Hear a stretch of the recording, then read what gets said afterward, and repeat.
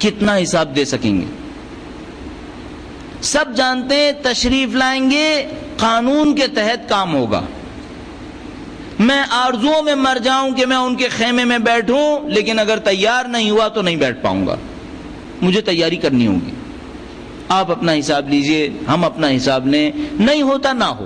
میں نے عرض کیا ہم حکم الہی کے سامنے تسلیم ہے.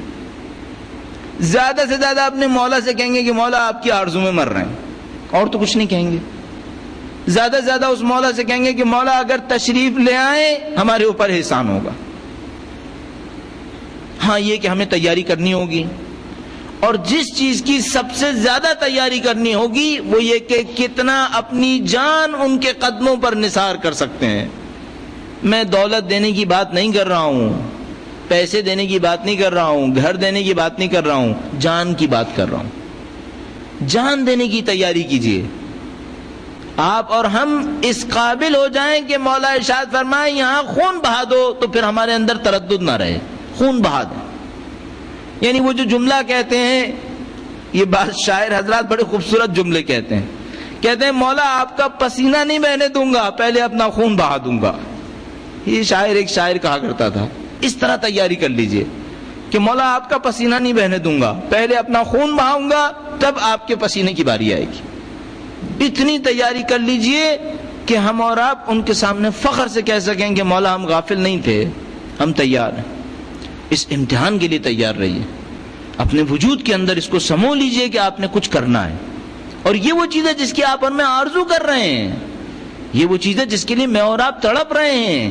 اب آپ یقین فرمائیے، آپ جانتے ہیں کہ کتنی نسلیں بیت گئیں اس بات کی آرزو کرتے کرتے کہ کاش مولا کے ظہور کے وقت ہوں. پتہ نہیں شاید خدا نے ہمیں یہ سعادت دینی ہو، شاید خدا چاہتا ہو کہ ہمیں یہ سعادت مل جائے، شاید وہ چاہتا ہو کہ ہم میں سے کچھ لوگ جن کے اجداد نے، جن کے خاندانوں نے، جن کے ماؤں نے، جن کے والدین نے دعائیں کی ہیں، ان کی دعاؤں کے اثر میں ہمیں شہادتیں ملی جائیں. شاید خدا کوئی مقام دینا چاہتا ہو. تو اپنے آپ کو تیار کر لیجئے، اس کام کو دیکھ لیجئے. اور اس خاطر میں آپ کی خدمت میں عرض کر رہا ہوں، سید الشہداء کا سہارا سنبھال لیجئے. جو بات سمجھ میں آتی ہے،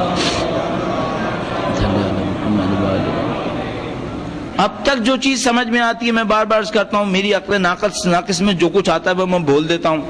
اگر کوئی سمجھائے کہ نہیں تم نے غلط کام، سمجھنے کو تیار ہے. اب تک جو سمجھ میں آتا ہے وہ یہ کہ اگر کوئی امام زمانہ تک پہنچنا چاہتا ہے، راستہ سید الشہداء کا راستہ ہے، راستہ امام حسین کا راستہ ہے. کوئی امام حسین کے راستے سے گزرے گا تو یہ سب سے چھوٹا راستہ ہے امام زمانہ تک پہنچنے کا. اس کی وجہ یہ ہے کہ شیعت کے تمام آئیڈیلز امام حسین اور امام زمانہ کے اندر نظر آ رہے ہیں. شیعت در حقیقت یہی دو ہے. جو مجھے سمجھ میں آیا وہ یہ کہ ماضی میں جا کر جب شیعت کو دیکھتا ہوں تو کربلا نظر آتی ہے، مستقبل میں جا کر شیعت کو دیکھتا ہوں تو امام زمانہ نظر آتا ہے. شیعت یہی دو ہے، شیعہ یہی سب کچھ ہے. اگر مجھ سے کوئی کہے شیعہ کیا ہے تو میں کہوں گا شیعہ یعنی امام کو ماننا، حق کو ماننا، اور اس کی راہ میں جہاد کرنا، اس کی راہ میں خون دے دینا، اس کی راہ میں جان دے دینا، جیسا کہ کربلا والوں نے کیا اور جیسا کہ آگے آنے والی نسل امام زمانہ علیہ السلام کے زمانے میں کرے. یہ ہے شیعت کا موٹیو. اسلام کی سربلندی، حق کی نصرت، اس کی راہ میں سب کچھ قربان کرتے رہنا. اور کیوں قربان کرتے رہنا؟ اس کی وجہ یہ ہے کہ جس کے ماننے والے ہیں اس نے سب کچھ قربان کر دیا ہے، اس نے کچھ نہیں چھوڑا، وہ سب کچھ قربان کرتا چلا گیا. وہ میں نے جملہ آپ کی خدمت میں عرض کیا تھا اس بوڑھیا عورت کا کہ خود بھوکا پیاسا مر گیا، اب کسی کو بھوکا پیاسا مرنے نہیں دے گا. یہاں پر حسین سے رابطہ ایسا رابطہ ہے، جب اڑ کر دیکھتے ہیں امام حسین نے کیا کیا تو مولا عجیب و غریب چیزیں فرمائیں گے. پھر مجھ سے اور آپ سے فرمائیں گے تم دیکھو میں نے علی اکبر جیسا جوان قربان کر دیا، میں نے قاسم جیسے یتیم کو بھی قربان کر دیا. وہ کہیں گے تم دیکھو میں علی اصغر جیسے کو بھی میدان کربلا کے اندر لے کر آ گیا. ارے کیا تم نہیں دیکھتے میرے عباس نے اپنے شانے کٹا دیے اسلام کی خاطر؟ ذرا توجہ تو کرو. لوگ سب کچھ قربان کرتے ہیں، میں نے تو اپنی بہن کے پردہ بھی داؤ پہ لگا دیا. اس قافلے کو کیوں نہیں دیکھتے جو میری شہادت کے بعد کربلا سے چلا ہے؟ اس میں ایک میرا بیٹا ہے جو توق اور زنجیروں کے اندر جکڑا ہوا ہے، ایک میری بہن ہے جو بے بکنا و چادر اباریوں کے اوپر بیٹھی ہوئی ہے، ایک میرے بھائی کا سر ہے جو اباریوں کے گلے سے لٹکا ہوا ہے، ایک میرا اپنا سر ہے جو نیزے کے اوپر چڑھا ہوا ہے۔